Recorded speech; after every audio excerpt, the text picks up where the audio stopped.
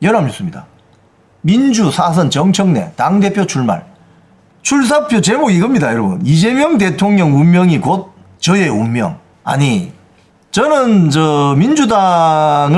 민주당의 정치 이데올로기를 지지하지 않아요. 또는 진보당이나 조국당의 정치 이데올로기를 지지하지 않습니다. 여러분, 그거 아셔야 됩니다. 그거 아시고 이제 듣는 거죠. 예? 그런데 당대표로 나온다고 하는 사람이 말하는 거 보세요. 이재명 대통령 운명이 곧 나의 운명. 이야, 멋지지 않아요? 일단 이 발언 자체는 멋지지 않아요? 좀 봅시다. 이재명 정부 성공 위해, 이재명 정부를 성공시키기 위해 본인의 신명을 바치고 당원 주권 시대 열겠다. 이재명 정부를 성공시키고 민주당 당원들이 주권이 열리는 시대를 열겠다. 이거 여러분 이 말 들으면 좀 가슴이 울렁거리지 않습니까? 또 봅시다. 나는 이재명 대통령 동지이자 베스트 프렌드다. 싸움은 내가 한다. 대통령은 일만 하시라. 이야, 참 진짜. 전 당원 투표제 상설화 시키겠다. 내란 조사 처벌특위 설치하겠다. 검찰 사법 언론개혁 공약. 정청래입니다. 여러분, 이 뭐 길게 볼 것도 없어요. 딱 들어보면 알겠죠, 무슨 말인지. 당대표가 자기 당이 배출한 대통령을 위해서 전위부대가 되겠다, 이 말 아닙니까? 전위부대. 전위부대가 무슨 말인지 알죠, 여러분? 돌격대가 되겠다, 이 소리입니다. 민주당 대표로 나온 정청래는 이재명 정권의 성공을 위해서 내가 돌격대가 되어주겠다, 이 소리입니다. 민주당원들이 보면 멋있게 안 보이겠습니까? 이 방송 보시는 분들은 민주당 지지자가 거의 없을 것 같은데요. 여러분들이 보면 좀 불편하죠. 불편한데 민주당이나 국민의힘이나 정당의 어떤 운영 이런 원리나 이런 건 비슷하거든요. 그런 걸 보면 민주당이 저렇게 당세가 세지는 이유가 바로 이런 거다. 응? 자기 당이 배출한 대통령을 탄핵시키는 두 번이나 거기에 가담한 자들이 남아있는 게 아직 국민의힘 세력 아닙니까? 정청래 이야기라는 거 보세요. 내가 신명을 바쳐서 이재명 정권을 성공시키겠다. 내가 싸운다. 대통령은 일만 하시라. 그리고 전 당원에게 투표 주권 시대를 열겠다. 그리고 내란 상설 특위 만들어가지고 때려잡겠다. 법조 언론 사법 개혁하겠다. 이야, 제가 봤을 때 정청래가 당대표 될 것 같은데요. 반면 국민의힘 국회의원들 어떤가? 자, 이거 한번 보세요. 딱 1년 전입니다, 여러분. 딱 1년 전.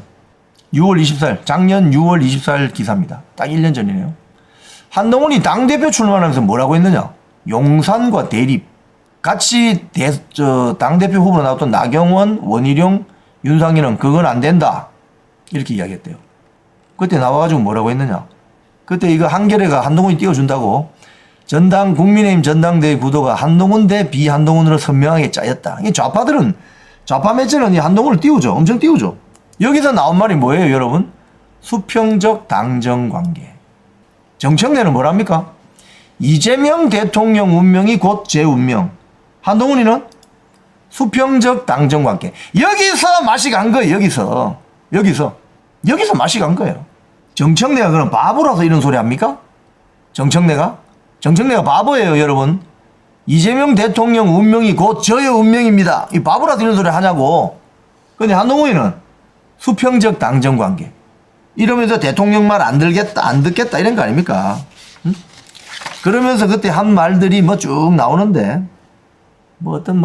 수평적 당정관계를 세 차례 언급하면서 대통령실과의 관계를 변화시키겠다고 강조했다. 변화됐나? 결국 쫓아냈지 뭐. 윤석열 대통령 결국 쫓아낸 거 아니에요, 결국은. 당정관계를 수평적으로 재정립하고 실용적으로 쇄신하겠다. 당이 정부와 충실히 협력하지만 꼭 필요할 땐 합리적인 견제와 비판, 수정 제안을 하는 것도 마다하지 않겠다. 이런 건 언론이나 하는 소리야. 기준은 오로지 민심과 국민 눈높이. 그러면서 한다는 소리가 중수청이라고 했죠. 여러분 잊지 마십시오.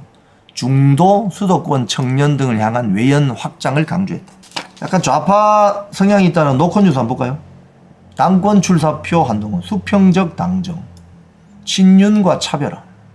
왜 차별화를 하려고 했을까? 한동훈이는. 왜 1년 전에 한동훈이는 차별하려고 했을까? 윤석열 대통령하고. 왜?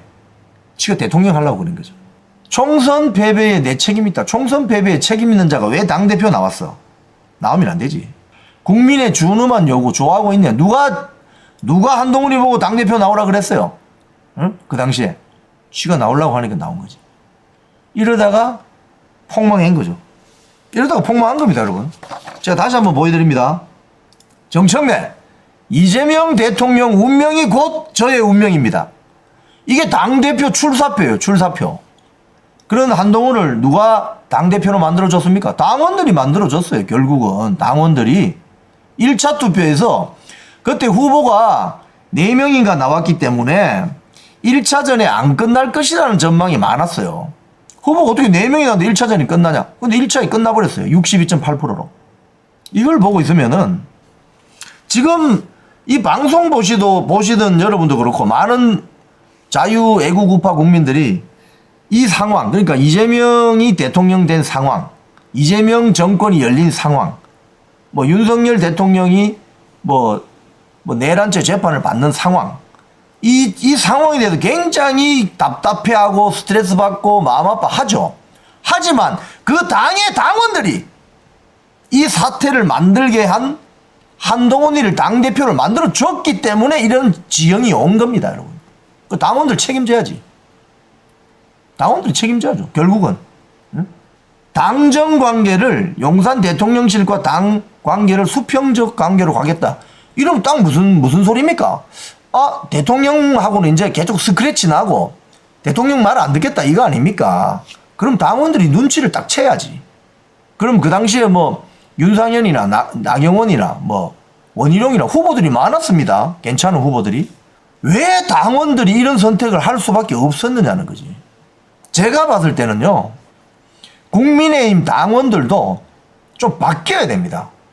바뀌어야 돼요. 그 바뀌는 방법은 지금 국민의힘 당원이 지금 전국에 74만 명밖에 안 되잖아요.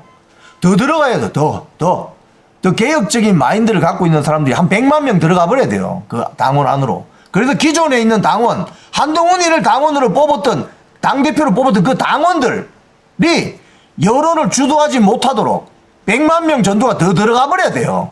그래야만 이 당이 변할 수 있습니다. 저는 그렇게 생각해요. 당원들이 뭐 정신줄 놓고 있는데 그 당이 어떻게 되겠어요? 제가 여담으로 이렇게 들은 건데, 이번에 뭐 투개표장에 뭐 당 추천 참관인 이런 거 있다고 하더라고요. 그러니까 뭐 일반화해서 제가 이야기하는 건 아닙니다. 모든 투개표장이 그런 건 아니겠는데, 거기에 이렇게 하루 봉사하면은 쉽게 이야기하면은 봉사비가 꽤 나온답니다. 근데 그 자리를 놓고 당협위원장이 누구를 시켜줘야 된다. 어쨌든 이 민원에 시달린다는 거예요. 아, 그 이야기를 들으니까 제가, 이거는 당협위원장도 문제지만 그 당협을 이끌고 있는 당원들도 문제 있는 사람들이 많다. 이런 생각이 들어요. 그러니까 바꿔야 된다. 이 당을 바꾸려면 기존에 있는 74만 명의 당원들을 믿어서는 안 된다. 한 100만 명이 더 들어가야 된다. 당을 확 뒤집어 엎으려고 하는 100만 명이 더 들어가야 된다. 그래야만 바뀐다. 그리고 지금 민주당 원내대표 이번에 김병기 뽑혔잖아요. 이번부터 당규를 바꿔서 전체 투표의 20%를 책임당원, 지들 말하는 권리당원 이 투표하게 했잖아요. 그런 당규도 바꾸려면 개혁적인 마인드를 가진 당원들이 많이 들어가야 된다. 그 방법밖에 없다. 이 당을 살릴 수 있는 방법은. 그리고 당대표가 아예 개혁적인 사람으로 한번 쓸어버리겠다고 생각하는 사람이 딱 키를 잡아야 된다는 거예요. 그 방법밖에 없다.